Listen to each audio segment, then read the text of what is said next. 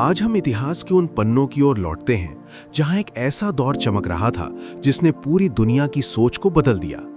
ये वो समय था जब मुस्लिम दुनिया सिर्फ ताकत या सल्तनत से नहीं बल्कि ज्ञान की रोशनी से पहचानी जाती थी। 8वीं से 13वीं सदी का ये शानदार सफर, जिसे दुनिया इस्लाम का स्वर्ण युग कहती है। उस वक्त बगदाद, कॉर्डोबा और काहिरा जैसे शहर सिर्फ नक्शे पर नाम नहीं थे, वे दुनिया की धड़कन थे। ऐसे स्थान जहां हर दिन नया विचार जन्म लेता था, नई खोज सामने आती थी और इंसानियत एक कदम आगे बढ़ती थी। यहाँ के विद्वानों ने पुरानी किताबें सिर्फ संरक्षित नहीं की, उन्होंने उन्हें समझा, परखा और फिर उनसे नई राहें निकाली। उनकी बनाई वही राहें आज हमारी आधुनिक दुनिया की बुनियाद में शामिल हैं, हमारी पढ़ाई में, हमारी तकनीक में, हमारी रोजमर्रा की जिंदगी में। उस दौर में उठाया गया हर कदम आज तक असर दिखाता है। सबसे पहले बात करते हैं बगदाद की। अब्बासिद खलीफा हारून अल रशीद और उनके बेटे मामून के दौर में यहाँ एक ऐसी जगह बनाई गई जिसने इंसानी ज्ञान का पूरा नक्शा बदल दिया। बैतुल हिकमा यानी ज्ञान का घर। ये किसी आम लाइब्रेरी की तरह नहीं था, ये एक विशाल रिसर्च सेंटर था, आइडियाज की प्रयोगशाला थी और दुनिया की सबसे बड़ी ट्रांसलेशन एकेडमी भी। यहीं पर ग्रीक, भारतीय और फारसी सभ्यताओं की महान किताबें अरबी में अनुवाद की जाती थीं। अरिस्टोटल, प्लेटो और हिपोक्रेट्स जैसे महान विद्वानों की रचनाएं जो यूरोप में लगभग हो चुकी थीं, बगदाद ने उन्हें फिर से जिंदा किया। ये वो जगह थी जहां मुस्लिम, ईसाई और यहूदी विद्वान एक ही छत के नीचे बैठे बहस करते, सीखते और नई खोजों की नींव रखते। सच कहा जाए तो वो समय ज्ञान की असली एकता का दौर था, जहां मजहब नहीं, सिर्फ सच और समझ मायने रखते थे। अब चलते हैं गणित की दुनिया में, और यहां सबसे चमकता नाम है मोहम्मद बिन मूसा अल खवारिज़मी। उनकी एक किताब थी अल-जब्र, और इसी से दुनिया को मिला शब्द अलजेब्रा। आज स्कूल में, कॉलेज में, हर तकनीक में जो बीज गणित इस्तेमाल होता है, उसकी बुनियाद उसी किताब में छिपी है। और सिर्फ यही नहीं, एल्गोरिदम जैसा बड़ा और आधुनिक शब्द भी उनके ही नाम से निकला है। यानी कंप्यूटर की पूरी भाषा, उसका पूरा दिमाग उसी सोच पर चलता है जिसे उन्होंने सदियों पहले लिख डाला था।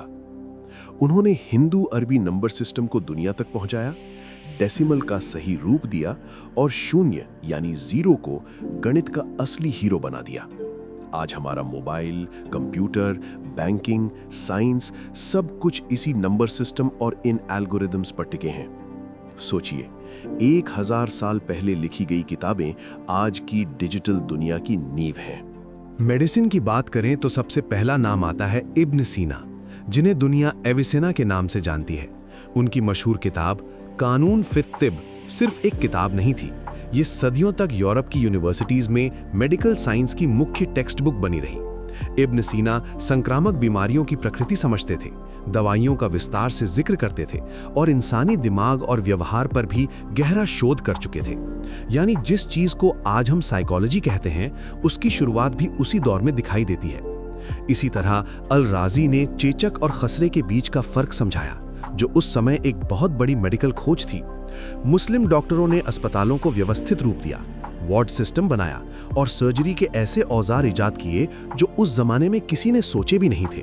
सच तो यह है कि आज की मॉडर्न मेडिसिन की बुनियाद उसी सुनहरे दौर की मिट्टी में रखी गई थी। अगर नजर आसमान की तरफ उठाएं तो खगोल विज्ञान में भी उस दौर ने कमाल कर दिखाया। अल बिरूनी ने धरती का व्यास जिस सटीक तरीके से मापा था, उसे देखकर आज भी वैज्ञानिक हैरान रह जाते हैं, और वो भी बिना किसी आधुनिक मशीन के। दूसरी तरफ इब्न अल हैतम ने रोशनी की दुनिया को समझा। उन्होंने साबित किया कि रोशनी हमारी आंखों में आती है, आंख से बाहर नहीं निकलती, और यही समझ आगे चलकर ऑप्टिक्स का आधार बनी। पिन होल कैमरा का पहला कॉन्सेप्ट भी उन्हीं ने बनाया।